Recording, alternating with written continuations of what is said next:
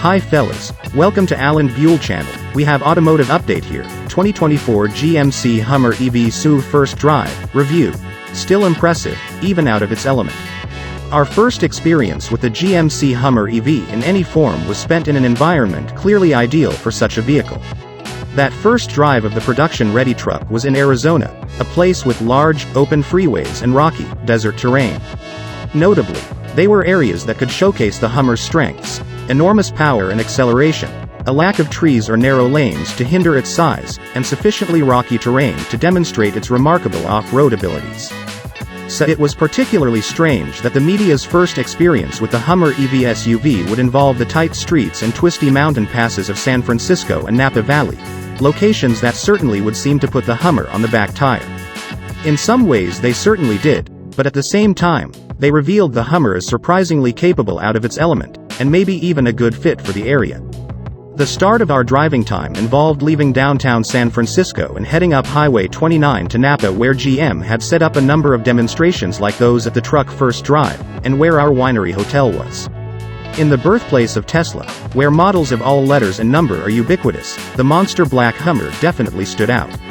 And not just for its sheer size.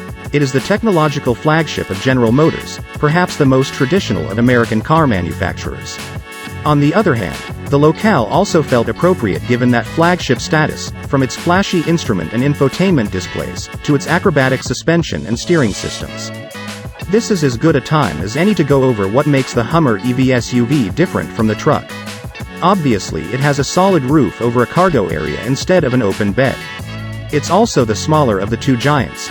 Total length is 20 inches shorter, excluding the spare tire, and the wheelbase is 8 inches shorter.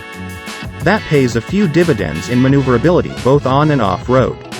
The turning circle of the SUV is 1.7 feet smaller, at 35.4 feet, which is almost 3 feet tighter than that of the Chevy Bolt EUV.